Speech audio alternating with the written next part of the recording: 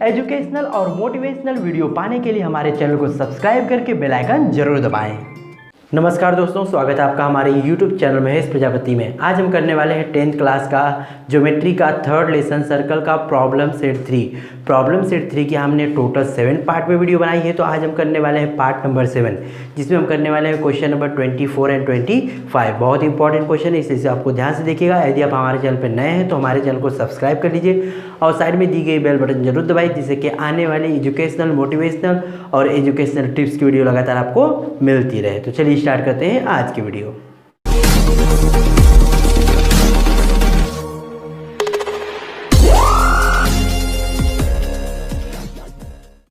Question number 24 हमारा है, in figure two circle intersect each other at point A and E. दो circles हैं जो एक दूसरे को पॉइंट ए और ई पर इंटरसेक्ट करें। देखिए यहाँ पे ए है और यहाँ पे ई है, इंटरसेक्ट कर रहे हैं। Their common secant through E intersect the circles at point B and D. उनकी एक कॉमन सिकेंड है जो सर्कल्स को बी और डी पर क्या कर रही है, इंटरसेक्ट कर रही है। The tangents of the circles at point B and D intersect each other at point C. और जो हमारी टेंजेंट है, जो बी से और डी से जो टेंजेंट है, एक दूसरे को कहाँ पे टच कर रही है, पॉइंट सी पर इंटरसेक्ट कर रही है। Then prove that quadrilateral A B C D is cyclic. मतलब हमें बताना है quadrilateral A B C D क्या है, साइक्लिक। मतलब यहाँ पे हमें ड्रॉ करना पड़ेगा, तो कंस्ट्रक्शन कर देंगे। एक हम क्या करेंगे, ए बी ड्रॉ करेंगे और एक ए डी ड्रॉ करेंगे और साथ में एक ए ड्रॉ करेंगे प्रूव करने के लिए ए। मतलब 3 चीज़ें ड्रॉ करना पड़ेगा। हमारा ए बी सी डी ये तो क्वाड्रिलेटरल बनाना है, साइक्लिक, और हमें क्या एक कंस्ट्रक्शन और जोड़ देना साथ में ए। अब देखिए इस तरह का जो क्वेश्चन है वह क्वेश्चन नंबर 22 की तरह एकदम सेम है, नो चेंजेस, सेम उसी की तरह है। इससे 22 को भी आप देख लीजिएगा। यहाँ पे देखिए क्या करना है, हमें साइक्लिक बताना है। साइक्लिक कभी रहता है कि जब उसके अपोजिट एंगल्स कितने होते हैं, जोड़ करके 180 होते हैं। अपोजिट अपोजिट एंगल कितने होते हैं, सप्लीमेंट्री, मतलब जोड़ के 180। या तो इस एंगल को और इस एंगल को जोड़ के हमें 180 करना है, या तो इस एंगल को जोड़ के 180 करना है। तो यहाँ पे मैंने एक और बताया था आपको, एक यहाँ देखिए सर्कल है, यह हमारी टेंजेंट है और यह सिकेंट है। अब देखिए इससे देखिए जो एंगल बन रहा है, यह एंगल किसके इक्वल होगा, इस एंगल के। बता दिए तो मैंने कई बार कई समझ बताया है कि यह जो एंगल है इस आर का हाफ होगा और यही एंगल इसी आर का हाफ होगा। मतलब ये दोनों एंगल क्या होंगे, इक्वल होंगे। तो यहाँ भी आपको इसी तरह देखना है ध्यान से। टेंजेंट सेकेंड थ्योरम की वजह से यह दो एंगल इक्वल। पहला कौन सा, यह एंगल इक्वल किसके होगा, इस एंगल के। मार्किंग कर दिए हैं, ठीक है, हो गया। और उस साइड में आ जाइए, उस साइड में यह एंगल इसके इक्वल होगा, इस एंगल के, हो गया। बस इतना पहले हम करते हैं, फिर आगे देखते हैं। तो कंस्ट्रक्शन हमने क्या किया वो भी लिख देंगे। कंस्ट्रक्शन में हमने 3 लाइन को जोड़ा है। Draw seg A B A and सेग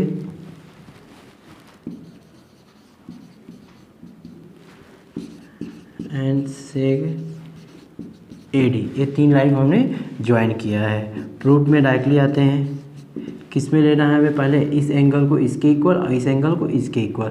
तो पहले हम किसको पकड़ते हैं, इसको लेते हैं। चलिए पॉइंट नंबर 1 में angle B A E is equal to किसके होगा, एंगल यहाँ से लेते हैं ई बी सी। दूसरा पॉइंट में देखते हैं इस साइड का। पहले हमने कौन सा लेंगे, ऊपर का लिया, तो यहाँ भी ऊपर का ही पहले लेना पड़ेगा। D A E is equal to होगा किसके, ई डी सी। इसका रीजन क्या होगा, टेंजेंट सिकेंट थ्योरम। यहाँ तक क्लियर हो गया।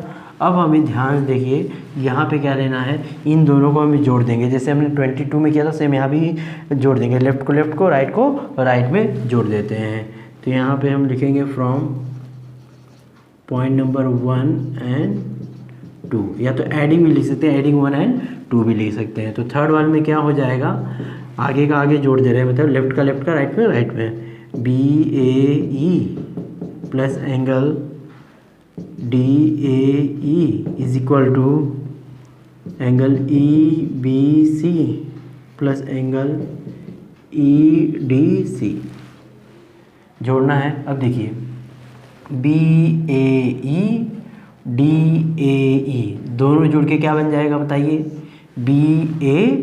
BAD, मतलब यहाँ पे हो जाएगा एंगल BAD बन गया। ये पॉइंट नंबर 4 रखते हैं, दोनों जुड़ गया। और EBC कहाँ है, EBC की जगह उसका नाम हम यहाँ से ले लेते हैं, DBC कर देते हैं, थोड़ा सा एक्सटेंड कर देते हैं, एंगल B ही रहेगा बट लेकिन नाम वहाँ पे क्या हो जाएगा DBC, प्लस वहाँ पे भी E है तो वहाँ पे क्या ले लेंगे B से BDC कर देते हैं, बस थोड़ा सा एक्सटेंड किए हैं और इन दोनों एंगल को हमने जोड़ दिया है। अब इसको एज इट इज रहने दीजिए। देखिए हमें क्या करना था, यह वाला एंगल और यह एंगल दोनों जोड़ के कितना करना था 180।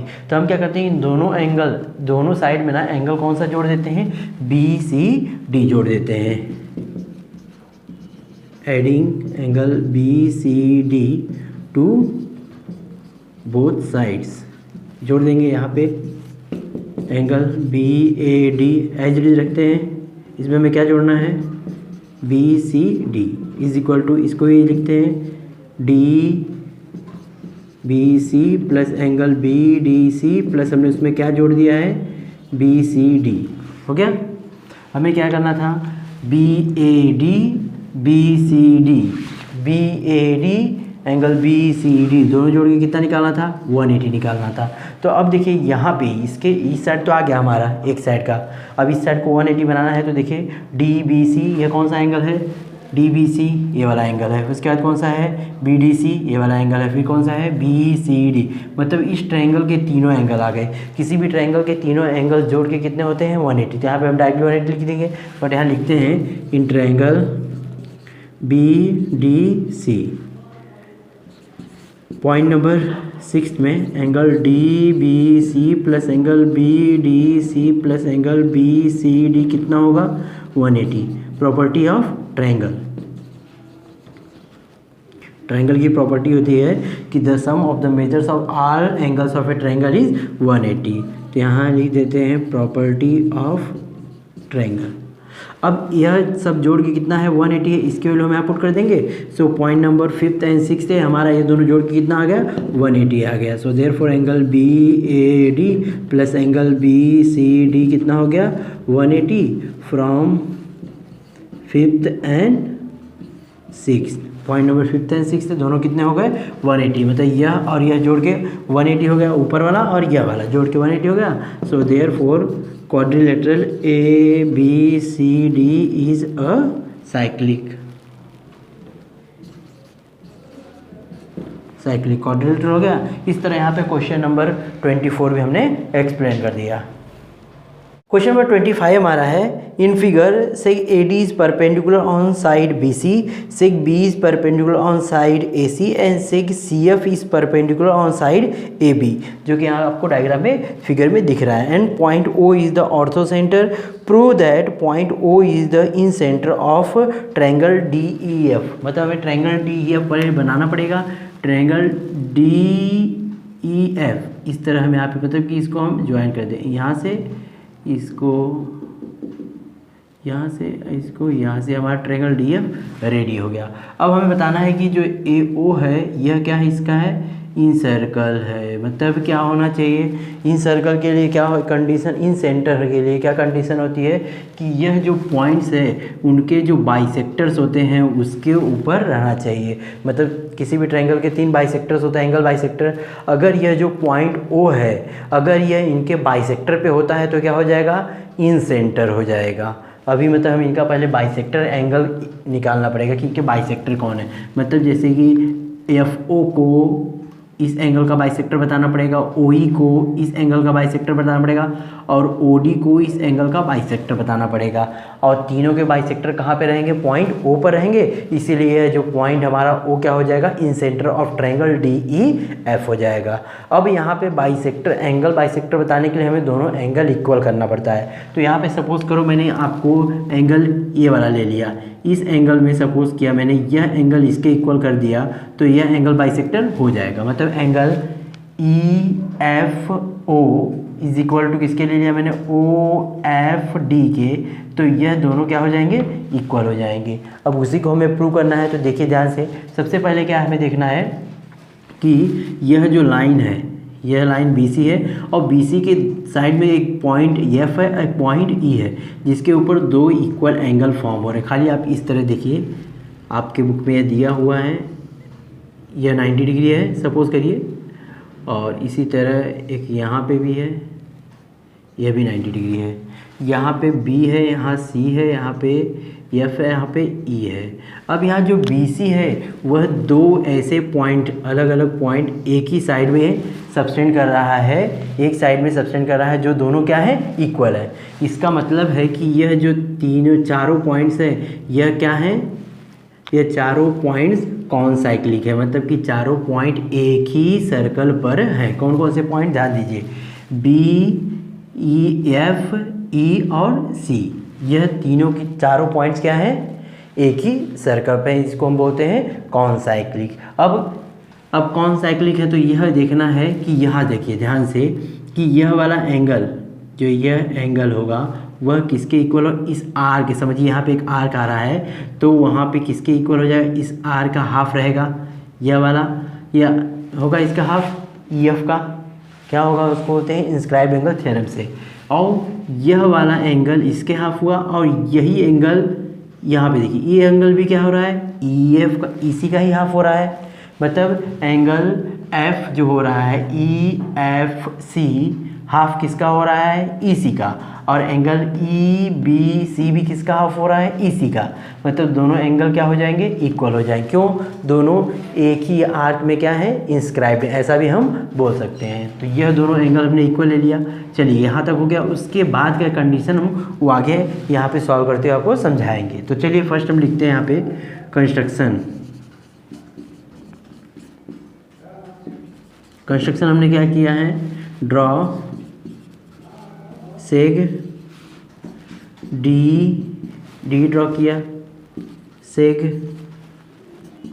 EF एंड सेग DF, तीन हमने सेगमेंट ड्रॉ किया था। प्रूफ में पहला जो मैंने आपको बताया था सब परपेंडिकुलर दिया हुआ है, वह लिख लेते हैं। किस तरह दिया है? सेग AD इज परपेंडिकुलर, सेग AD किसके ऊपर परपेंडिकुलर है? साइड BC पर। सेग FC या तो CF लिख देते हैं, CF is perpendicular on side इसके ऊपर AB पर। And सेग B is perpendicular on side B किसके ऊपर है? AC। और यहाँ पे दो एंगल इक्वल हो जाएंगे। इस कौन कौन से एंगल? यह वाला और यह वाला, जो आपको मैंने फिगर यहाँ पे बताया था। तो लिखेंगे angle BFC is equal to किसके होगा? BFC is equal to BEC। BEC दोनों इक्वल हैं, 90-90 हैं। मतलब कि जो BC है वह दो ऐसे पॉइंट सबटेंड कर रहा है जो दोनों क्या हैं? इक्वल हैं। मतलब यहाँ पे एक सेंटेंस लिखना पड़ेगा कि पॉइंट B एंड C, जो पॉइंट BC है तो लाइन BC है, वह टू ऐसे अलग अलग पॉइंट्स एक ही साइड में एक ही साइड में क्या कर रहा है? सबटेंड कर रहा है, जिसकी वजह से यह दोनों इक्वल हैं। इसकी वजह से यह जो हमारा पॉइंट्स BFEC क्या हो जाएगा? कॉनसाइक्लिक। चलिए तो उसको लिख लेते हैं। हमने लिखा है points B and C subtend equal angles eight two distinct point F and E which lies on the same side of the line. मतलब कि BC क्या करते हैं? दो ऐसे एंगल सबटेंड करते हैं जो इक्वल है, मतलब E और F इक्वल। हमने यहाँ पे बता दिया दोनों इक्वल है, जिसकी वजह से so therefore points B F E and C are concyclic. Concyclic मतलब एक ही सर्कल पर ये चारों के चारों पॉइंट्स हैं। अब मतलब ये चारों सर्कल से ही पॉइंट, जो चारों पॉइंट से ही सर्कल जाता है, इतना आपको पता चल गया। अब यहाँ पे हमें कौन कौन सा एंगल पहले मैंने बताया था आपको लेना इक्वल, यह वाला और यह वाला। इसका नाम लेंगे E F C angle. Point number 1 दे रहे हैं, angle E F C is equal to किसके होगा, angle E B C. E B C reason क्या रहेगा, angle inscribed in same arc. कौन से आर्क में इंस्क्राइब्ड है वो भी मैंने आपको एक्सप्लेन कर दिया है। ई सी के अंदर दोनों इंस्क्राइब्ड है, इसकी वजह से दोनों एंगल इक्वल हो गए। अब हम यहाँ पे आते हैं, देखिए यह एंगल और यह एंगल दोनों कितने हैं, 90 है, मतलब यह 90 है, 90 दोनों जोड़ के कितना हो जाएगा 180। और किसी भी ट्रायंगल, किसी भी क्वाड्रिलेटरल के अगर अपोजिट साइड, अगर जो अपोजिट एंगल अगर जोड़ के 180 होते हैं तो वह कौन सा क्वाड्रिलेटरल बन जाएगा, साइक्लिक बन जाएगा। तो यहाँ पे पॉइंट नंबर हम 2 में लेंगे कौन कौन सा एंगल, यह वाला, क्योंकि हमें कौन सा क्वाड्रिलेटरल लेना है, यह जो दिख रहा है आपको, यह क्वाड्रिलेटरल लेना है। इसका नाम लेते हैं क्वाड्रिलेटरल। पहले एंगल ले लेते हैं डायरेक्टली, एंगल बी एफ, यहाँ तक जाने की जरूरत नहीं है, हम कहाँ तक लेते हैं, नाम क्या है, ओ तक लेते हैं। B F O is equal to किसके होगा, B D O. B D O is equal to कितना होगा, दोनों 90 है, और 90 मतलब दोनों जोड़ के कितना हो जाएगा 180। इट इज़ गिवन, ये लिख देते हैं, यह दिया हुआ है। अब पॉइंट नंबर 3 में angle B F O plus angle B D O जोड़ के 90 प्लस 90 कितना हो जा रहा है 180। अगर किसी भी क्वाड्रिलेटरल का अगर अपोजिट साइड अपोजिट एंगल अगर सप्लीमेंट्री है, सो देयरफॉर क्वाड्रिलेटरल क्या बन जाता है, cyclic. So therefore quadrilateral B F O D, B F O D is cyclic. और साइक्लिक क्वाड्रिलेटरल है तो उसकी कंडीशन क्या होती है, यहाँ ध्यान से देखिए, साइक्लिक है तो यह जो एंगल हमने लिया था इसको रब कर देते हैं थोड़ा, यह वाला एंगल किसके इक्वल होगा, यह जो एंगल दिख रहा है, हाँ यह देखिए, यह जो एंगल होगा इस आर का और यह एंगल होगा इसी आर, दोनों दिख रहा है आपको, दोनों एक ही आर्क में सबटेंड है। कौन से, ओ एफ डी और ओ बी डी दिख रहा है, दोनों कौन से आर्क में सबटेंड है, ओ डी में। सो दोनों क्या हो जाएंगे इक्वल, कौन कौन सा, यह वाला, यह इक्वल इसके हो जाएगा और यही इक्वल उसके था, वो ध्यान दीजिएगा, पहले हमने लिखा है यह एंगल इसके इक्वल। और कौन कौन सा नाम लेते हैं, यहाँ से नाम लेते हैं, यहाँ से लेते हैं, या तो यहीं से O F D. Point number 4 में angle O F D is equal to किसके होगा, angle O B D, O B D. यहाँ पे भी सेम वही है, angles inscribed in same arc, angles inscribed in same arc हो गया। अब यहाँ पे हमें point number 1 and point number 4 को ध्यान देना है। यहाँ पे देखिए, यहाँ पे हमने कौन सा एंगल लिया है, ई एफ सी। ई एफ सी ऊपर वाला एंगल लिया है, किसके इक्वल किया था, इस एंगल के, मतलब इस एंगल के इक्वल किया था। और दूसरा वाला ओ एफ डी किसके इक्वल किया है, O B D. O B D की जगह हम नाम क्या लिख सकते हैं, ई बी जो था ई बी सी कर सकते हैं, उसका नाम थोड़ा सा एक्सटेंड कर सकते हैं, क्योंकि ना एंगल तो यही है, मतलब दोनों का ई बी डी और O B D, E B C और ओ बी डी, ये दोनों क्या है, एक ही एंगल है। अगर दोनों के लेफ्ट इक्वल हैं, दोनों का राइट इक्वल है तो लेफ्ट भी क्या हो जाएंगे, इक्वल। सो पॉइंट नंबर 5 है, इंपॉर्टेंट पॉइंट है। So angle E F C is equal किसके होगा, ओ एफ डी के। कहाँ से, पॉइंट नंबर 1 एंड 4 से, from 1 and 4। Point number 1 and 4 को आप देखिए, फिर से एक बार समझा देते हैं। देखिए ई बी सी, EBC यह वाला एंगल है, और यहाँ पे OBD यही वाला एंगल है, मतलब ये दोनों एंगल सेम है, तो यह एंगल इसके इक्वल है। यह जब दोनों इक्वल है तो ये दोनों भी आपस में क्या हो जाएंगे, इक्वल। कौन कौन सा इक्वल हुआ उसका नाम यहाँ से हम थोड़ा चेंज करने वाले हैं। पॉइंट नंबर 6 में देखिए कैसे, EFC कौन सा है, EFC दिया हुआ है। नेक्स्ट हमारा कौन सा दिया दूसरा, OFD, तो OFD की जगह हम भी क्या ले लेते हैं, ई से यहाँ से शुरू कर देते हैं, CFD ले लेते हैं, थोड़ा चेंज करते हैं, EFC is equal to OFD,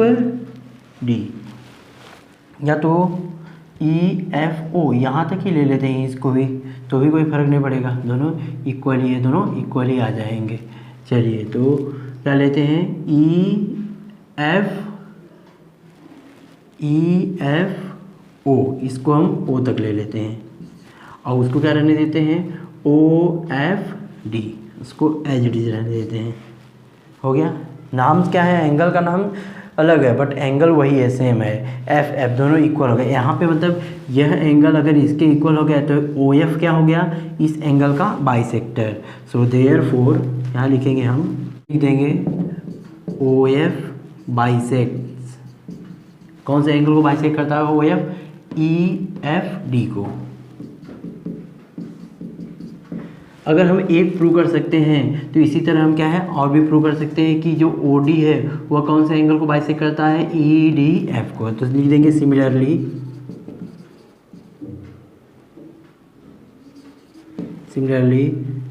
OD bisects angle FDE and OE bisects angle FED।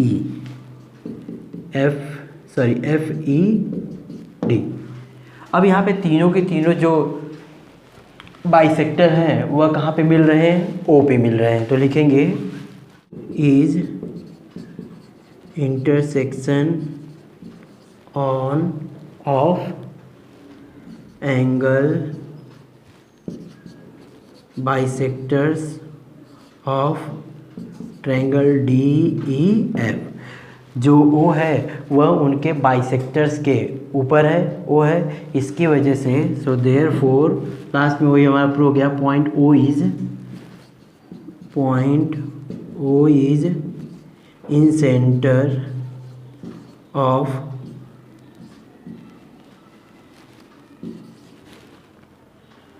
O is the center of triangle DEF।